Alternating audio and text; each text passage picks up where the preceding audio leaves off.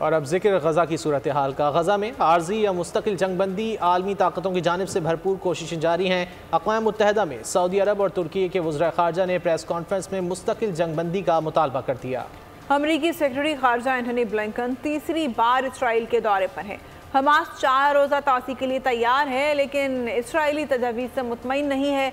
Hamas ने पेशकश कर दी है कि तमाम फ़लस्तीनी कैदियों के बदले में वो तमाम इसराइली फ़ौजियों को रिहा करने के लिए तैयार है। जंगबंदी में तोसी या मुस्तकिल जंगबंदी दोनों के लिए आलमी ताकतों की जानिब से कोशिशें जारी हैं। अमरीका, मिस्र, कतर की जानिब से दोनों फरीकैन पर दबाव डाला जा रहा है वो जंग में वक्फे में ज्यादा से ज्यादा तोसी करें। अमरीकी सेक्रेटरी खारजा तीसरी बार इसराइल के दौरे पर तल अबीब में मौजूद हैं। हमास ज़राए ने कहा है कि हमास जंगबंदी में 4 रोज़ा तोसी के लिए तैयार है, लेकिन इसराइल तजावीज़ से मुतमईन नहीं है। इसराइल ने 24 घंटे में 10 यरगमालियों की रिहाई की शर्त रख दी है। हमास ने वाज़े कर दिया है कि इसराइल अगर अपने फौजियों की रिहाई चाहता है तो उसे पहले अपने टैंकों और अस्करी साजो सामान समेत गजा से निकलना होगा। हमास ने इसराइल को पेशकश की है कि अगर इजरायली हुकूमत तमाम फलस्तीनी कैदियों को रिहा कर दे तो बदले में तमाम इजरायली फौजियों को रिहा कर दिया जाएगा। अक़वाम मुत्तहिदा में सऊदी अरब और तुर्की के वज़ीर ख़ारजा ने प्रेस कॉन्फ्रेंस में मुस्तकिल जंगबंदी का मुतालबा किया। सऊदी वज़ीर ख़ारजा ने